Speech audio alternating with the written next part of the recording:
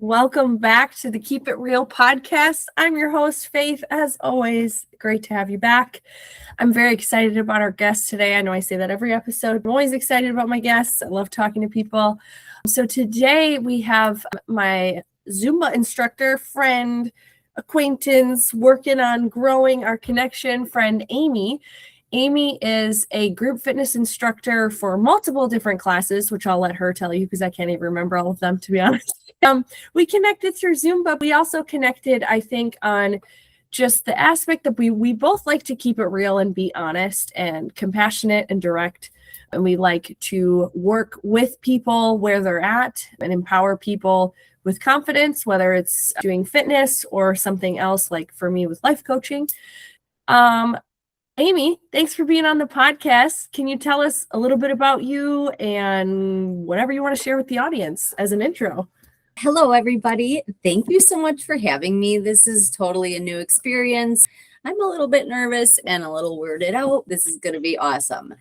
I am, as Faith just said, I am a fitness instructor. I am brand new to it. I just celebrated my first year teaching my first class ever.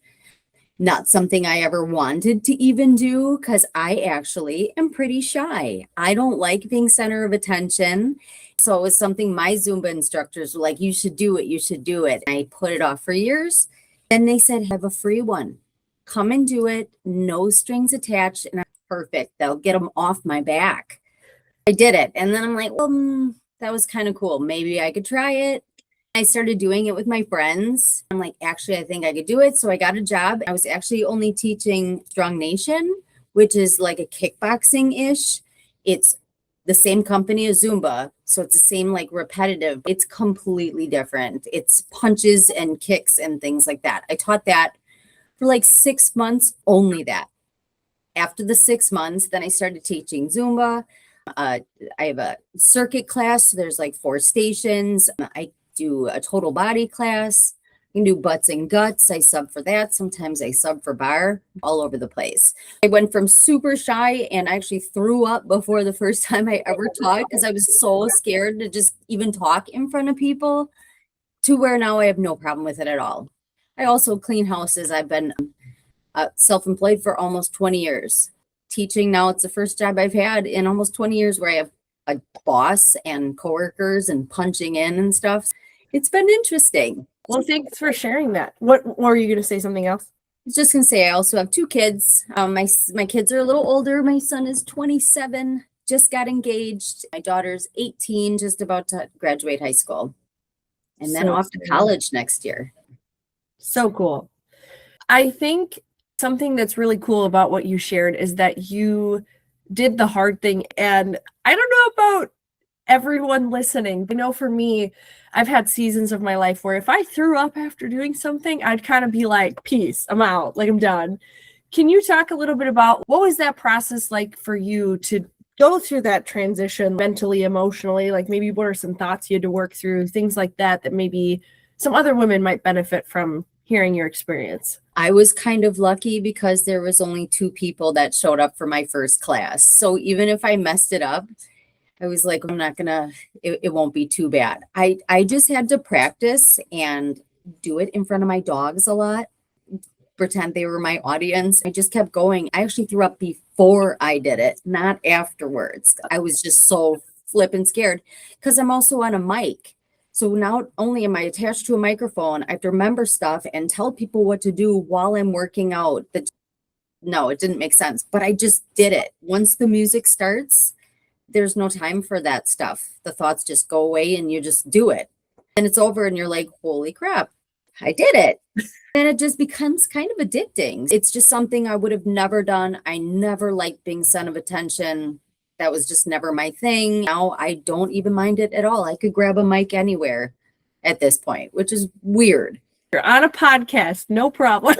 I would have said no to this. Are you crazy? Not a chance. Even just looking at myself, I can't even make eye contact. Yeah, growing. I'm 48 years old. Like these are all things that I'm in my older years that I'm trying out after I thought I would just be cleaning houses because I enjoy that too. It's a great gig. Still always growing. For sure. And I think That's such a key thing too. There are so many women who think, I'm over 40, I'm over 50. I can't start something new. That'd be too hard. It'd be too embarrassing. You talk a lot about taking action. That's something as a life coach too. There is a lot of times where if you're in an overthinking spiral, this is not always the solution. Sometimes you have to start taking an action first. The feelings follow. The thought life can follow. Sometimes it's the other way around. Sometimes when it's fear, we have to take that action that aligns with what we want. Do we have another podcast guest? Special surprise friend. This is Charles, my best friend in the world. No kisses right now. He's like right at my feet. Please hold me. Here he is. I love it. Do you feel like with being self-employed and the things you had to do to start that, to establish yourself, all of that, do you feel like any of that translated into these other later life things that you have been learning, that like any skills or ways to cope or thought processes? No, they're two completely different things. When I go to do my cleaning thing, nobody's there. I'm all by myself. I put my own podcasts on. I don't talk to anybody. I don't even have to change my shirt. I can just roll out of bed and maybe somebody will see me. Really, I've been by myself. No, this is completely different from I have a all by myself day job and in front of a bunch of people night job. Yeah. Just opposites. Quite the shift for sure. Can you tell me about too, maybe some other things that you've been learning in stepping out of your shell, not just related to fitness, otherwise, that you didn't know maybe in your 20s or teen years? I mean, I'm not even the same person as I was in my 20s, even though in your 20s and 30s, you feel like a grown up. Now I'm almost 50. I feel like I still just graduated from high school. I don't know. I think I just kind of keep learning and growing. I don't think if I still had smaller kids, I would still be in the same zone. I'd still have my one job because I'd need to come home every day, get my kids to their sports, their clubs or whatever. That's what my whole life has been centered around. Now my daughter's going off to college. I don't know who I am anymore after that. I'm going to be by myself. My fiance also travels half the month. So I really needed to find something to fill up my time. Otherwise, I wouldn't leave the house. I would go to the gym and then come right home. And so this forced me to get out and try new things that I never would have thought, making connections with people I never would have thought. I think you can do this with any job or hobby or anything new you pick up. You're going to meet new people that you would have never even known you would connect with. That's probably been the best part. I love sitting back and watching people do stuff that they never thought they could do. When they come in for the first time and they're like, I'm a first timer. I'm not going to be able to, don't mind me. I'm just going to do a little bit of this. And I look over and they're killing it. It's the coolest thing. I think if I still had little kids, I would still be staying in the same position. I'm forced to grow up and find out who I am now without being pushed into this. I'll give you this free training. You can try it. I would still be just in the same zone. I'm having so much more fun now without even knowing that it would be possible. Yeah, that's awesome. You and I were talking before we started recording a little bit about your journey from going to being completely on your own to now you're with your partner, like that kind of progression of like the balance between independence and interdependence. Can you talk a little bit about that and your experience with that? I mean, that's been a long time. Like I said, my kids are a little older. My son's dad, I married him in 2000 and we were divorced in 2006. I've been by myself ever since. Couple of relationships that were not great, a couple of narcissists in my life, which makes me put up the wall. So I'm pretty independent. Whether or not I could afford my independence or not, raising two kids just on one income, it was tough and I had to make things work. And I tried things out. I dated. I can't depend on anybody, which is kind of a flaw because people want to be able to be give and take. I have this wall up. It definitely took a long time and a lot of growing up for myself and letting other people in, not just expecting that everybody's going to hurt me or treat me the same way. I'm also My fiance is completely different from my type, completely different from the guys that I've ever gone after before. Thank goodness. Much better. Much better.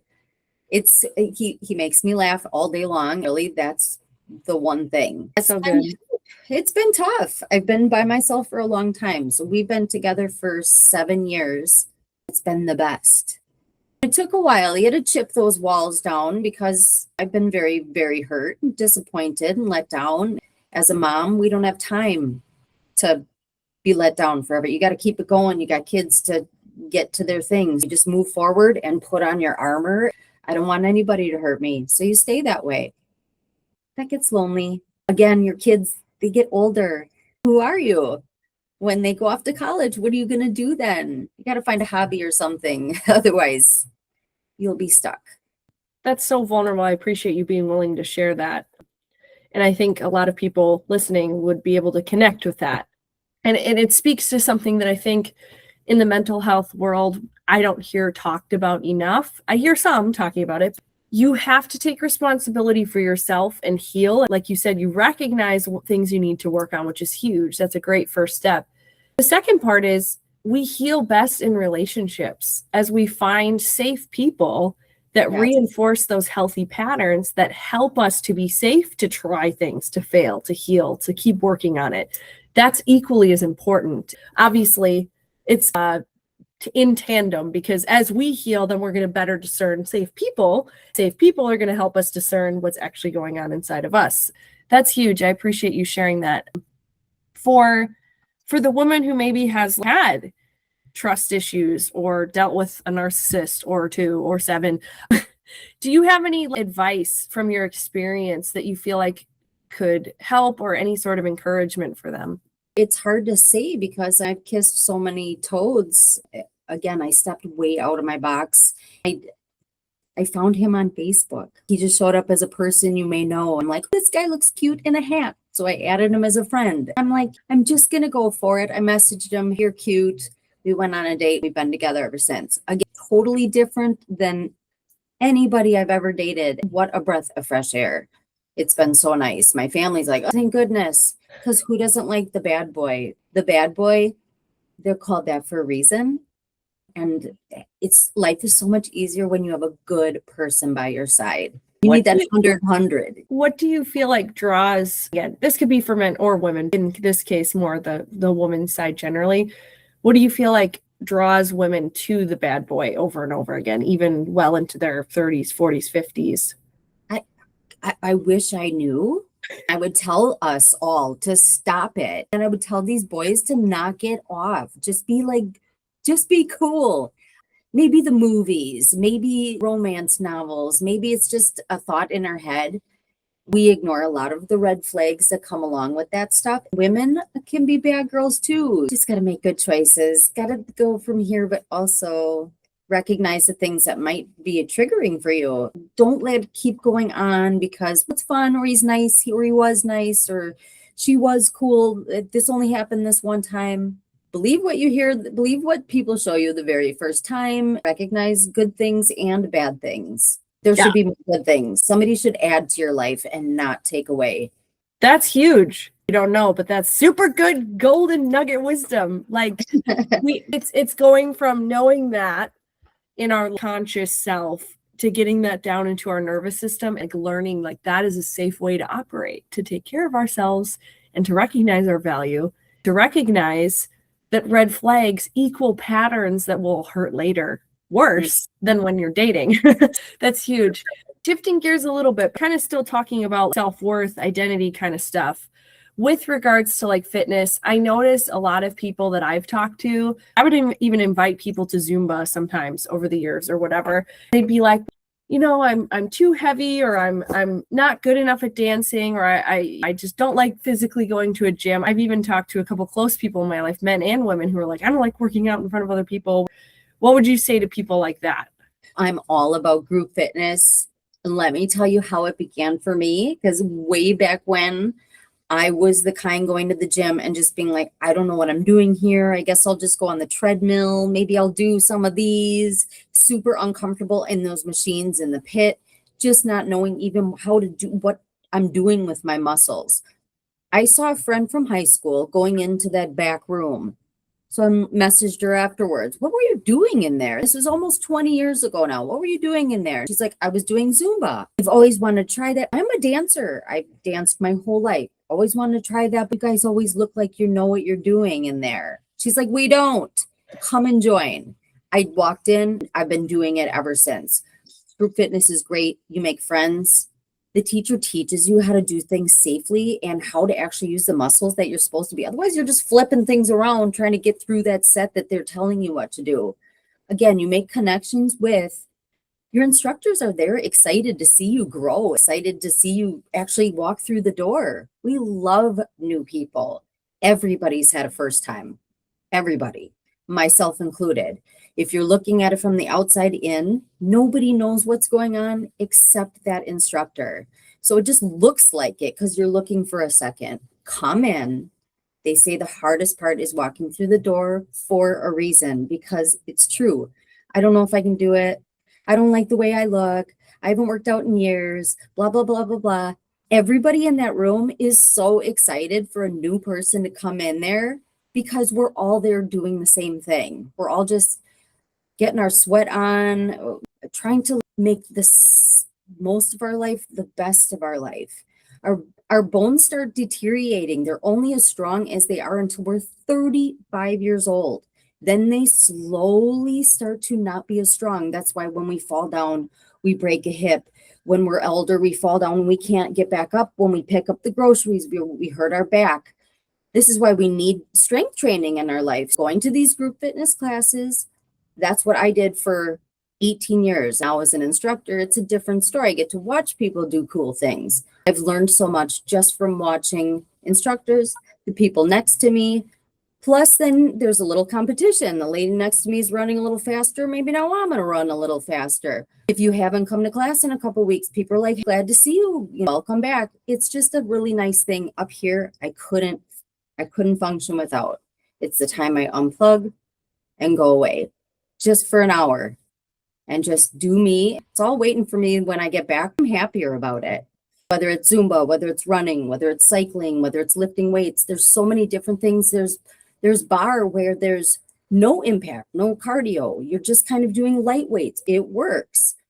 Find what you enjoy by trying everything and come and join. Everybody's nervous their first time.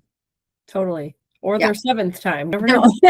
I'm still nervous and I've been doing it anytime I try something new, I don't know what's going on. It's kind of a vulnerable thing, which is also going to lead you to growth because you were just scared going in there. You did it.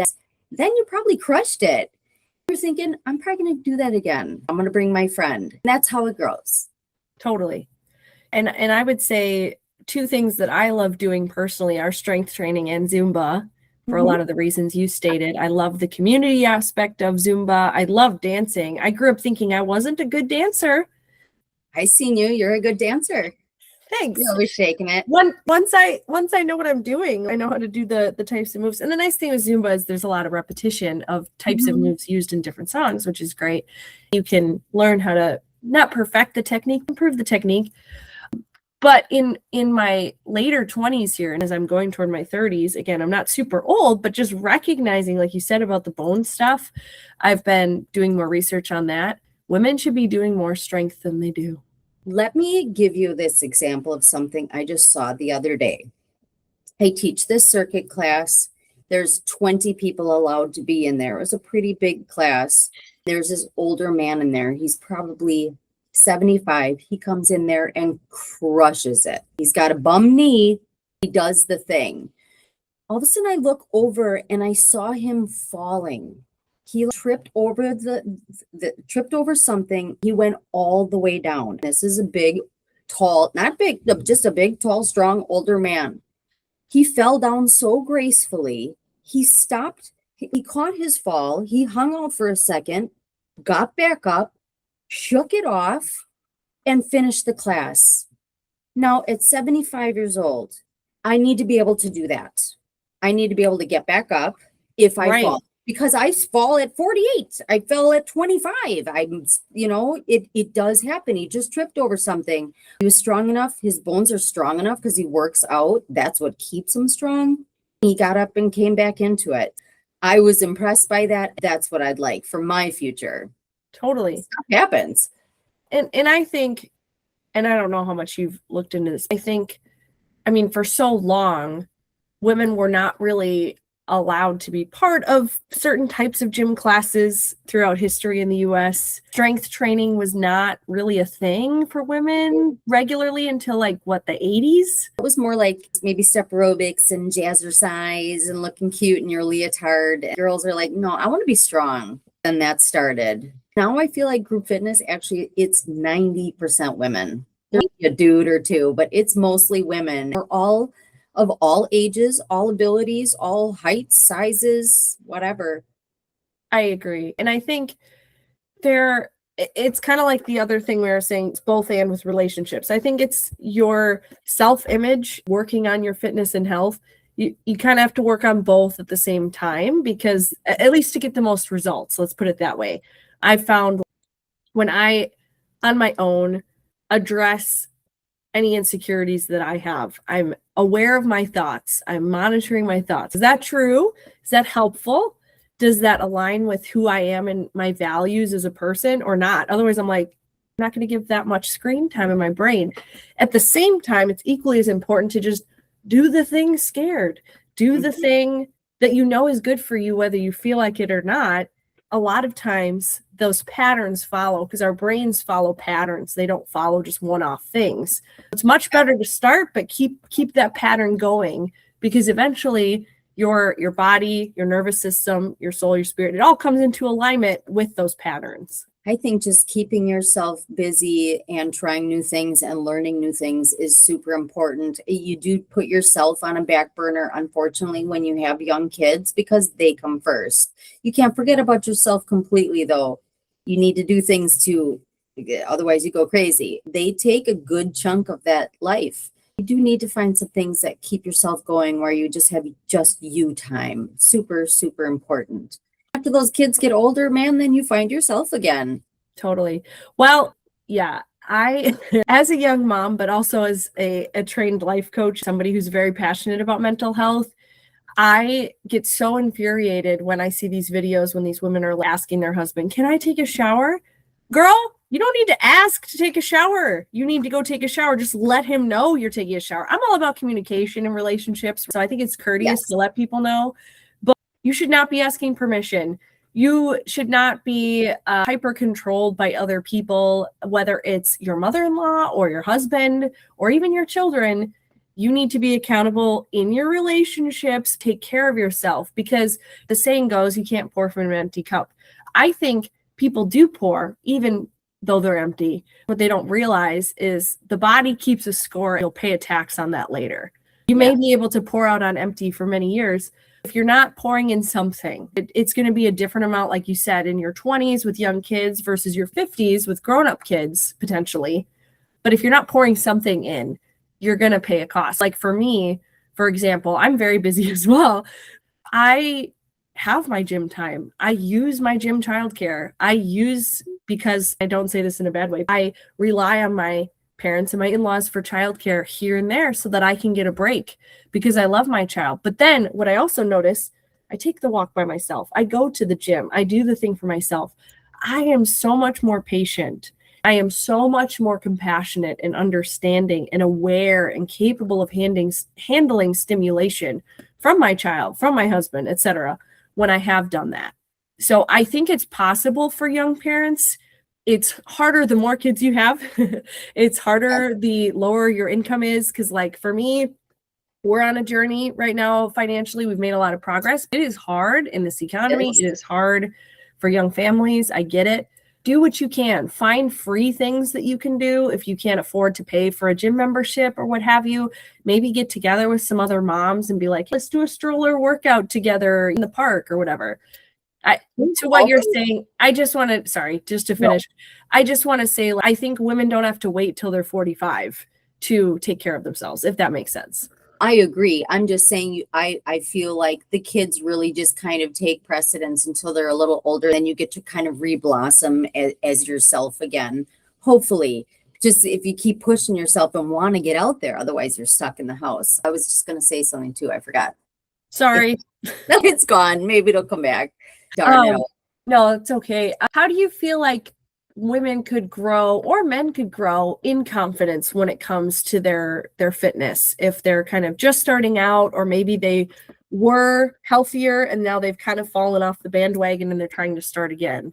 Walk through the door, wear the right shoes. Hugely, hugely important. Something I've just learned about is our feet.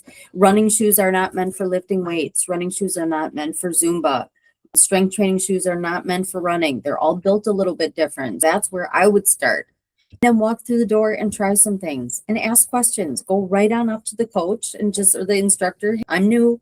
What do I need? What do I do? And they'll tell you exactly what to do. There isn't anything scarier than just coming in.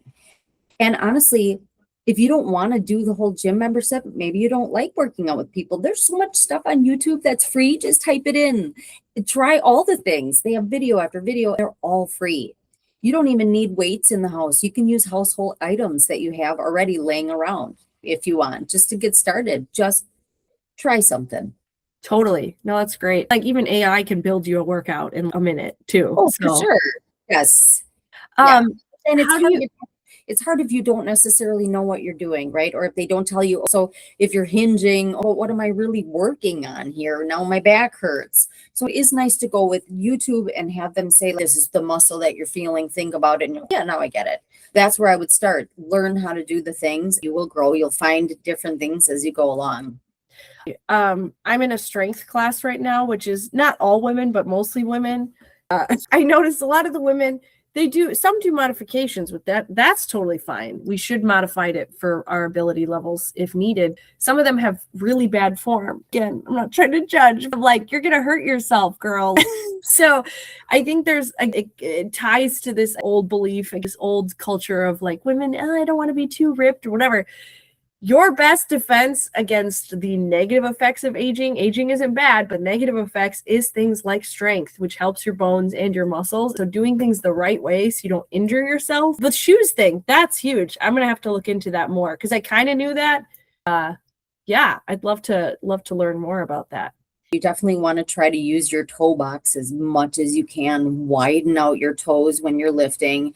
They do tell you a lot of times to take your shoes off when you're lifting. If you're at home and you're doing stuff like that, just so you can get a good feeling of those 3 power points of the bottom of your foot. Have it grounded. Because if you don't have good balance, that's where you really got to start. You're going to be, whoa. Picture yourself stand on one foot, one leg up, and then close your eyes. See how long it takes before you cannot hold that balance. Even just doing that is a good start. Totally. No, that's awesome. If somebody has been in the fitness world, let's say they've kind of gotten wrapped up. I have a friend she's a coach, but she works with people with fitness, also mindset related to fitness. She talks about, she used to be a bodybuilder, kind of how that she realized as she healed in her relationship with her body, how that was kind of tied to performance and things like that. If we have people on here that are listening that maybe lean more in that direction, do you have anything to say to that? I wouldn't say listen to my advice because that's a whole different world. That I'm not like any kind of a power lifter. I've never, ever done that. I think it's scary to me a little bit. That looks dangerous. They look like so I don't really have too much to say about that one. I'm more about the lighter weights, higher reps versus heavier weights, lower reps. Because I like more functionality, growing your smaller muscles around all the other muscles, tweaking things, turning things versus just heavy lifting like this. That's kind of totally different from my realm. If you're a heavy lifter and you want to come and dance, then come and see me. Right, for sure. No, that's great. Yeah, like you say, knowing what goals and results you're looking for. So if you want to get like that bigger bulk, you're going to do heavier weights, less reps. And if you want more of that toned, lean look, you're going to do like what Amy's talking about. Yeah, I think my thought is a lot of times when it comes to health or the roles that we have or fitness or work, it's easy to, you alluded to this a little bit with the talking about parenting. It's easy to fall into my worth, my value, my identity comes from these things that I do. Like as a life coach, I'm constantly like, no, you have inherent value as a human. You can add value to relationships through your actions, of course. You can better your health. You can better your experience of this life by working on yourself. When we're trying to earn love through being skinny enough, being strong enough, being a good enough mom, doing all the right things, it's easy to get stuck. And at the end of the day, we have to separate things we're working on from who we are value-wise, if that makes sense. I agree. You also have to set realistic goals for yourself. You can't think to yourself, I want to be in this swimming suit in 6 weeks when you have little ones running around. You have to figure out a good balance to where you can do all of it. A lot of people, I'll say this too, a lot of people that don't work out think to themselves, oh, I can't do that. I don't have the energy for that. It's exhausting. You get so much more energy from the working out. You will feel better by getting up and moving, whether it's dancing, lifting, whatever it is, even just going out for a walk, because not getting those steps and getting those muscles moving it feels more exhausting at the end of the day. You get that pump, you get that little excitement in your heart. Even it carries on to the next day. You get a little skip in your steps. Totally. You mentioned earlier about how like having that hour to yourself to kind of step away or whatever really helps you. Can you talk about the benefits you've found from having full mental removal, maybe from responsibilities or things like that, to focus on yourself? Because some people might feel guilty doing that. They might be like, well, I can't turn that off or blah. How do you navigate that? And what are the benefits you found of that? I think honestly, mentally, the only time that my brain actually is quiet and not overthinking and over planning and talking to myself about what happened in 4th grade that I didn't do, the only time it's not doing that is when I'm being active and at the gym. Otherwise, it's even when I'm trying to sleep, I wake up and I'm still thinking about that one thing. I can't shut it off. It's just, I need that hour to be able to just put this away. That's the only way I can find to do it, because I can't sleep it off. I'm not going to eat it off. Going for a quick walk doesn't do it. It's still there replaying, whatever it is. It drives me nuts. Get that like 1 or 2 hours to where to just be quiet and not have any thoughts. And I don't know, I don't know your journey. I know for me, I now know I have ADHD. I was diagnosed this year. It just clicks and connects all the dots. It's just like all of us potentially neurodivergent people or people who have gone through traumatic things or whatever, things that have altered how our brain processes, where we have like that constant dialogue with ourselves or whatever. Yeah, it's huge. Like, physical activity can be very helpful. And I love that you say that you're not running from your problems. You're just doing what you need to do to recharge, to face those things, which is huge. I also encourage people to work on their mental health and mind renewal and things like that as well, because a lot of times there's things in our body that we're storing, or there's thought belief patterns that are kind of the default rut for our brain to go down. And so unless we change something about that pattern, that continues. So there's a lot of ways to do it. Exercise is huge. It helps everything for sure. It does. It helps your sleep. It helps your longevity. Gives you friends, gives you something to do. It just gives you something to look forward to it and feel really good. Again, I can see a difference between myself at my age and maybe other people that are my age that are just kind of sitting around and in their homes. And believe me, I'm a homebody too. As soon as I'm done there, I get home and I put my pajamas on. I don't want nothing to do with the rest of the world. It's just a little bit out there with people. It's just super important. I can't be quiet up here any other time. I can hit the music and it's just silence. I'm only thinking about the one task at hand, which does give you that reset. Yeah, totally. That's the other thing too. I think with self-care, I talked about this with my friend Brooke, who's an esthetician. A lot of times we think of self-care as this one category of things. There's so many ways to replenish your capacity.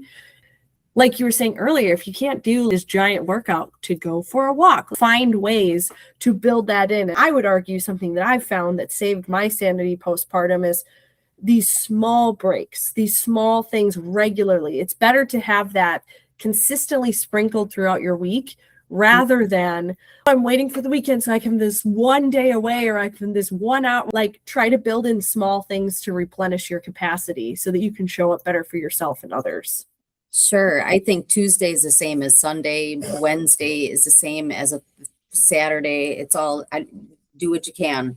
Take your time when you can get it, especially when you have kids, because you don't get that often. So if you get it and make that little time and make it realistic, I got 1 hour to get this done, and go and hammer it out.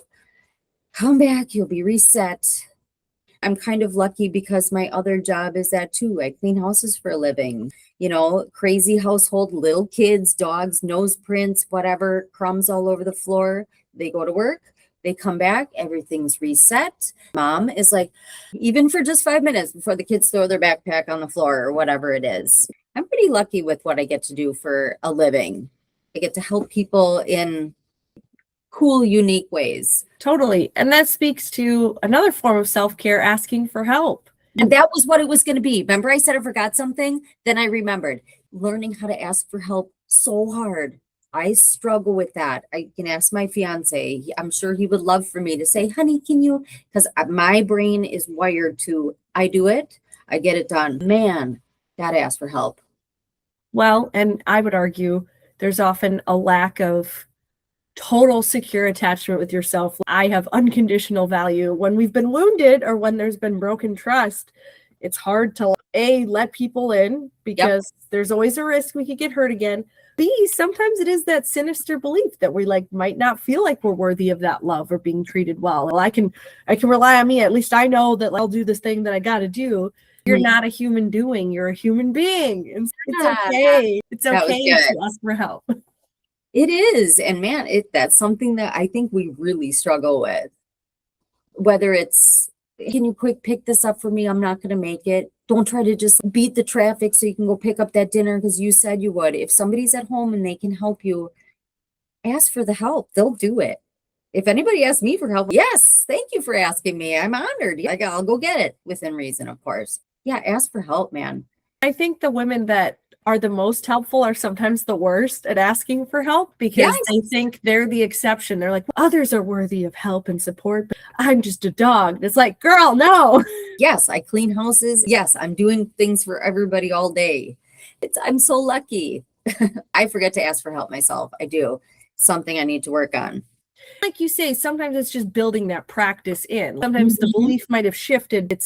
It's retraining your brain's response to certain situations. So the default becomes asking for help, or at least communicating your needs and negotiating with somebody. Here's what I can take on. Could you help me with this part or whatever? That's huge. Just as a side note, again, speaking of parents with young kids, ladies and gents, if you are a parent, you're not babysitting your child. Men are not babysitting their child. Help me with the kids. Nope, they're your kids. That's drives me nuts. So good. I appreciate you sharing all these things. Is there anything that you wanted to share with our audience to close out today? Ladies, as we get older, just try things. Yes. Don't be in here. If you try something once and you hate it, now you know. If you say no every time, you won't know. There's so much out there in this life. Some things you might find that you absolutely love. Maybe you'll meet some cool people. Yeah, let's not get so stuck in our homebody world because it's safe in here. It is a scary world out there. Find somewhere, a safe space for you, and live. We get one life. So good. I love that. Well, Amy, it was such a pleasure to have you on the podcast. Thank you so much. This was so fun. So cool. I'm honored. Of course. Anytime. You're welcome to come back if you want. Oh, thank you. For our audience listening, thank you for listening to this episode of the Keep It Real podcast. Like I said, I'm your host, Faith. Subscribe, comment, save. We're on Spotify and YouTube, so would love the support. This helps us reach the right people to help as many people as we possibly can. So thank you so much. Thank you.